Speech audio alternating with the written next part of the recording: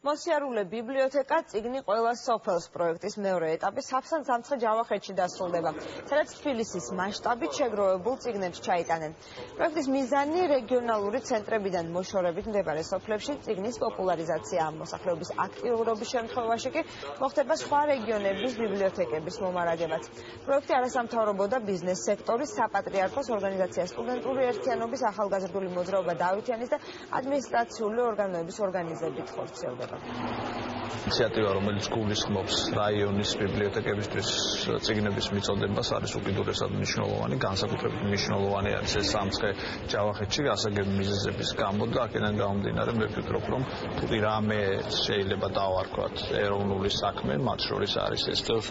შემაჯამებელი გასვლა არის მოსიარულე ბიბლიოთეკის დავითიანი გაემგზავრება თავის პარტნიორთან ერთად ახალციხეში, სადაც დასკვნით ეტაპზე გადავცემთ სოფლის ბიბლიოთეკებს წიგნებს. ჩვენი ერთგული მომხმარებლის დახმარებით უკვე 100 ბიბლიოთეკის მომარაგება შევძელით და გვიხარია, რომ მეორე ეტაპი წარმატებით დავასრულეთ. იმედი გვაქვს ასეთივე აქტიურობით გამოირჩევა ჩვენი ერთგული მომხმარებელი მომავალში.